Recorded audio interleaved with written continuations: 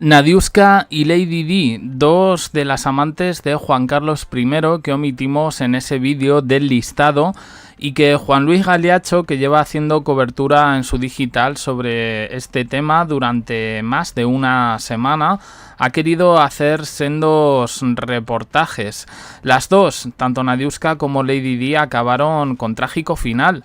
Lady Di, todos sabemos que falleció efectivamente tras un choque en ese puente en París por una persecución de los paparazzi, digan lo que digan.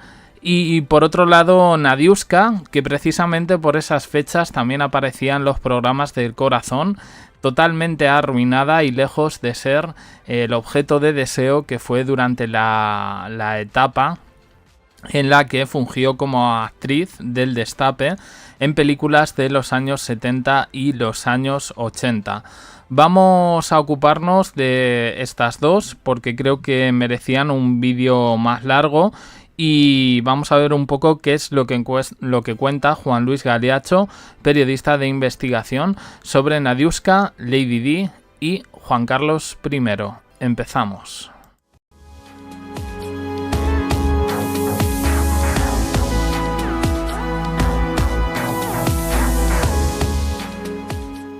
Icono cinematográfico de finales de la década de los 70. También icono sexual, se trata de Roswitha Bertasha Smith Honkzar, conocida artísticamente como Nadiuska. Ella fue una de las grandes estrellas del cine del destape en la transición española. La alemana reventaba taquillas protagonizando portadas de revistas y siendo una de las intérpretes más cotizadas de la gran pantalla. Deseada por muchos hombres, en especial por personalidades de las altas esferas del poder en esos años. Desde todopoderosos empresarios al frente de grandes compañías nacionales hasta aristócratas o políticos de renombre. Un enigma que le acerca al más poderoso de entonces, a Juan Carlos I. Ya han pasado más de 5 décadas, 50 años, desde que esta joven explosiva y muy sensual irrumpía en el panorama cinematográfico nacional. Como decimos, era una rompetaquillas. La película que salía, donde aparecía ella, película que vendía muchísimas entradas.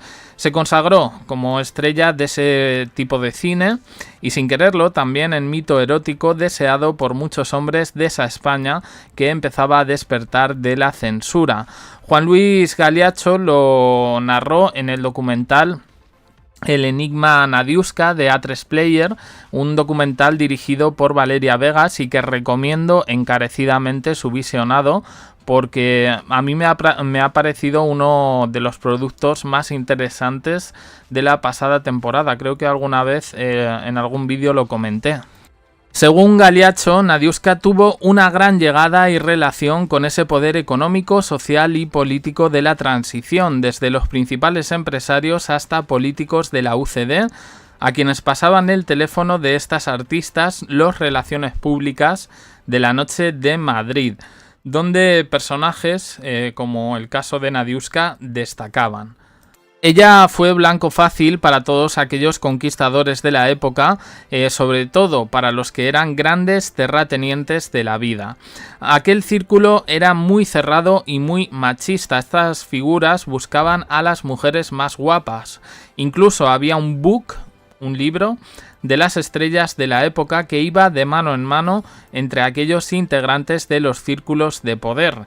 Fue en 1975 cuando Nadiuska sorprendió a la alta sociedad española al acudir al desfile de Miguel Marinero en el Gran Casino de Madrid. Lo hizo del brazo, ¿adivináis de quién? De Fernando Falcó, el marqués de Cubas, que luego se casó con Marta Chávarri. Todo relacionado, los nombres, La carrera de Nadiuska es conocida por la opinión pública, su vida sentimental hasta la aparición de este documental dirigido por Valeria Vegas. Yo creo que se envolvía un poco en el misterio. A lo largo de muchos años y antes de caer en la miseria y de su posterior ingreso en una residencia eclesial, donde se encuentra ahora, la vida de la actriz alemana estuvo marcada por una leyenda urbana que, según refleja el documental, atención a esta frase, le acercaba al más poderoso, el rey Juan Carlos I. Esta leyenda, que no se desarrolla en el documental, pero que viene en el digital de Galiacho, dice que la vedette Bárbara Rey no habría sido la única estrella del destape con la que Juan Carlos I habría mantenido encuentros amorosos. Se ha contado que todo comenzó a mediados de los 70, cuando Nadiuska ya era todo un icono y un mito erótico, momento en el que habría mantenido un affair con el rey emérito, antes incluso que con Bárbara Rey. Y dicen las artistas de entonces que fue la vedette totanera la que la apartó de su amistad con el rey para ponerse ella. No quería rivales. Según Jenny Yada comentó el otro día en Sonsoles, al parecer, ella, que conocía a Nadiuska, dijo que un día se sacó como una foto de la cartera, que salía Bárbara Rey y que se reía de ella. La verdad fue un comentario que no lo desarrollaron mucho, pero que creo que tiene que ver mucho, con las peleas entonces entre ese tipo de mujeres en esa época, que por otro lado pues era la época bastante machista.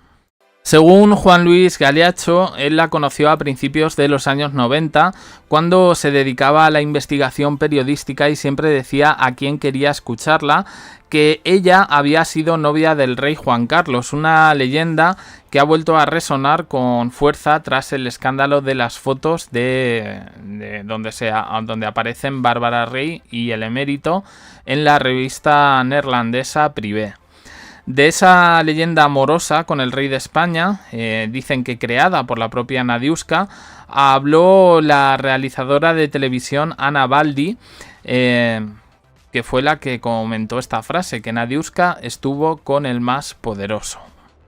Esta es Ana Baldi, es un personaje que se movió por determinados círculos. Fue directora de programas en esa primera etapa de Telecinco de las Mamachicho. Luego se fue con Lina Morgan, de la que fue su asistente, y acabaron como el Rosario de la Aurora. Y luego en las últimas 2 décadas la hemos visto por programas de corazón, pues no poniendo precisamente bien a Lina Morgan.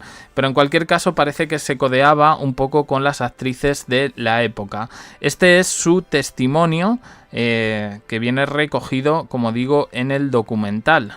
Según Baldi, Juan Carlos tenía la facultad desde su palco de privilegios de elegir a qué mujer quería que le trajeran, y ella creyó que había sido la elegida y no sabía que era una más.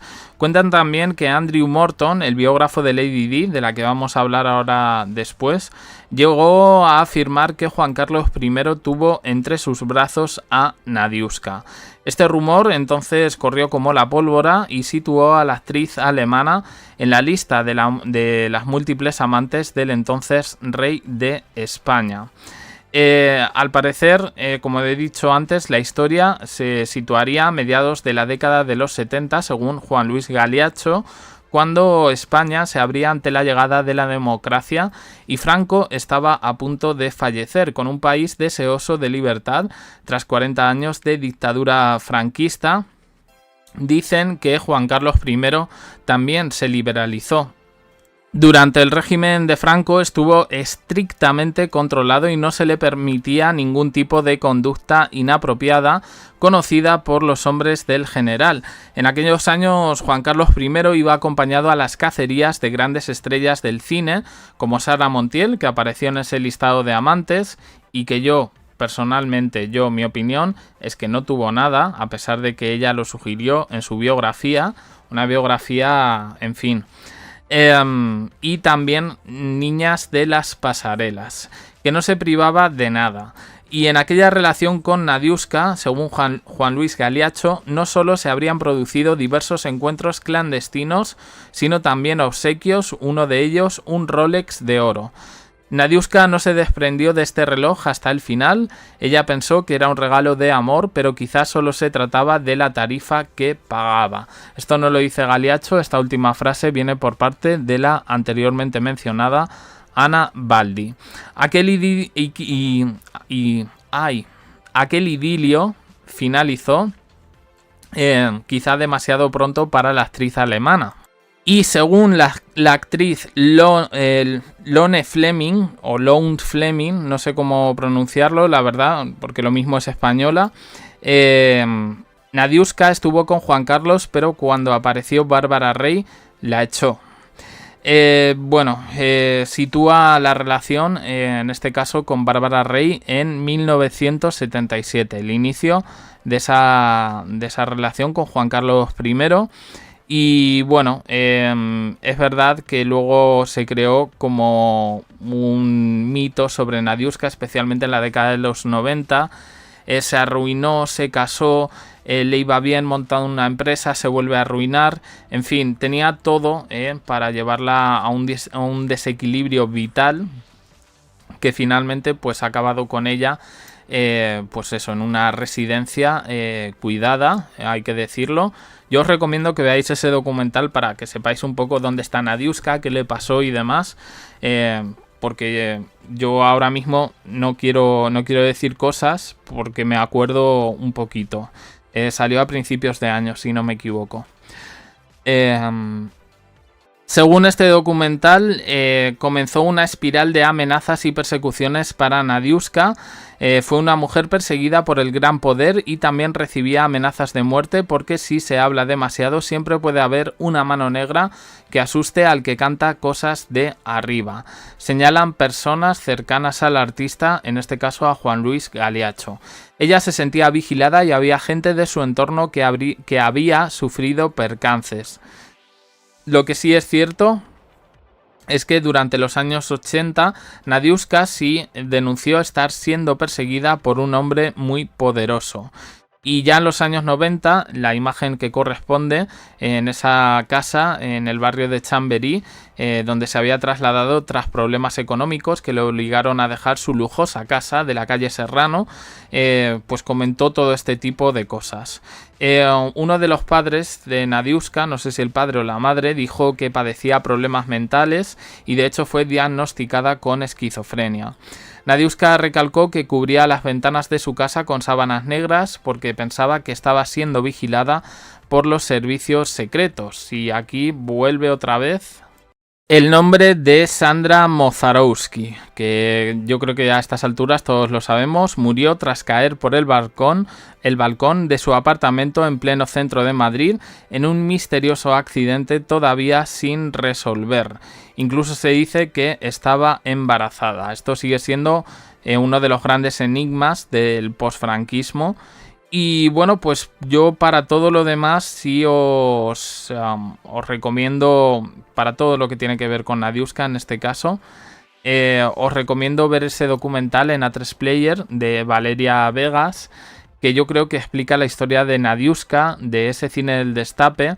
No se centra especialmente, ya lo estoy contando yo, luego la mención que hacen un poco a Juan Carlos I, pero es bastante interesante de ver. Creo que son 4 o 5 episodios y además con gente de la época, con periodistas, una investigación y con mucho respeto sobre todo. Os lo recomiendo. Y ahora vamos a la siguiente, que me pedíais en comentarios que hablase de Lady Di. Bien, esto no es pescado congelado. Es verdad que siempre se ha hablado de que había muy buena sintonía entre Lady Di y Juan Carlos I, que le hacía tilín. Y el hecho, la leyenda, un poco en esa época, una época pre-internet, hablaba de que, bueno, pues esos veranos en Marivent, a los que acudían Lady Di y Carlos de Inglaterra, entonces príncipe, bueno, pues que había ahí como una especie de intercambio, ¿no? Yo os voy a contar un poco lo que hay sobre esto. Yo tengo mis serias dudas por muchas cosas de que realmente hayan tenido una relación, pero bueno, no vamos a obviar, como digo, ningún dato. Bueno, Diana Spencer y su marido Carlos de Inglaterra, cogían a menudo el avión con sus hijos e iban a Marivent, a Palma, para pasar unos días con Juan Carlos y su familia. Salían a navegar, hacían comidas y paseos y se decían intimidades. Sobre todo por parte del Borbón hacia la inglesa, un Juan Carlos a quien le lamía un pie que al lado de Lady Di estuviera su marido y que él también tuviera al lado a su mujer, a la reina Sofía. Las revistas de aquel entonces hablaron de las noches de amor de Diana de Gales y el rey Juan Carlos. Recogen el que una experta en casas reales sobre Lady Di dijo en su momento, es un fragmento, dicen: flirteó con Juan Carlos pero inocentemente como haría cualquier mujer. Dice: ¿cómo no iba a hacerlo si Carlos era como un cascote de hielo? No, es que claro, como no nombran la experta en casas reales, yo me imagino que esto viene un poco de los tabloides británicos, porque yo estoy acostumbrado a leerlo y esto me suena muy anglosajón. Muy de Reino Unido, vaya. Dice un Carlos que a menudo se largaba hacia Inglaterra y dejaba sola a Diana en Palma con Juan Carlos y familia, que aprovechaba para tomar el sol, salir a navegar y departir con el monarca, una relación que se iba intensificando. Diana le explicó a su guardaespaldas que es un mujeriego... sé que es absurdo, pero estoy segura de que le gusto. Ha coqueteado incluso delante de la reina y lo definió como sobón. Culminó la cosa, se quedó en un flirteo. En el libro Juan Carlos I, el rey de las 5000 amantes, donde Juan Carlos presumía ante amigos y militares de sus conquistas, creo recordar que en una de las pocas veces que ha hablado Juan Carlos, dijo que todo eso era mentira, o si no lo dijo él, lo dijeron gente cercana a él. Me refiero al tema de las amantes. Bueno, en este libro dicen: el monarca confesó sus encuentros amorosos con la princesa de Gales durante los veranos en Marivent. Carlos se marchaba molesto por la supuesta actitud de su mujer delante del rey de España. Una especulación que tiempo después tomó vuelo cuando una escritora en un libro sobre los Windsor reveló que el monarca español envió $45.000 a Lady Di cuando le quisieron hacer chantaje con unas cámaras en el gimnasio, y esta, apurada y sin saber qué hacer, recurrió a una persona de su total confianza para pedirle el dinero. Fue el rey Juan Carlos, según esta autora, quien hizo esto. Se trataría de una prueba de que esa relación estuvo latente en el tiempo y que fue cercana y cómplice. Hubieran tenido lo que hubieran tenido, tanto Diana como Juan Carlos tenían a su vez sus propias historias. Y bueno, pues hasta aquí yo he intentado trasladar, y ahora comprendéis por qué ni Nadiuska ni Lady Di estaban en el vídeo de las amantes, porque si no ya el vídeo hubiese durado pues prácticamente una hora. Interesantes datos. En el tema de Nadiuska poco puedo decir, más que la investigación que se ha hecho y los testimonios que hay, que son pocos en este sentido. Es verdad que Nadiuska sufría un poco de esquizofrenia paranoide. Creía que la vigilaban, creían... Oye, a lo mejor puede ser verdad, a lo mejor no. Yo personalmente en el tema de Nadiuska no sé qué deciros, porque ya os digo que me da un poco vibraciones a los Sandra Mozarowski. Entonces no sería tan capaz de decir pues no, simplemente porque no hay pruebas. Hay cosas muy raras. Y en el caso de Lady Di, bueno, pues yo pienso, es que claro, lo que no se cuenta aquí es que en esos veranos en Marivent al Carlos le daba igual que la mujer flirteara con quien fuese, porque él estaba con la otra, con Camila. Entonces, claro, esa es un poco la cara B de todo este asunto. No lo sé realmente. Creo que tiene un poquito más de mito.